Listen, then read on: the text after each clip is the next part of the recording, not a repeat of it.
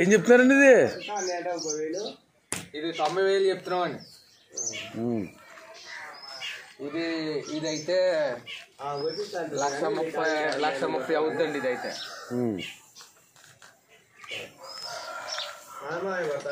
ఇదైతే ఒక 1,00,000 రూపాయలు అవుతుందండి.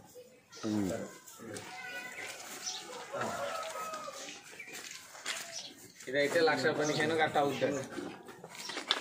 చూసుకోండి, పొదుగులు కానీ అన్నీ చూసుకోండి సార్.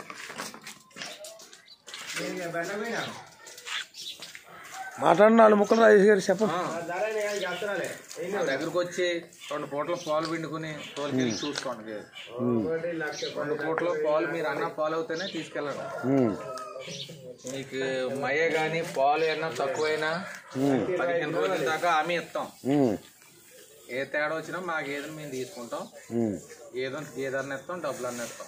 Okay sir. చూసుకోండి. రాజమండ్రి దగ్గర కృష్ణవరం గ్రామం.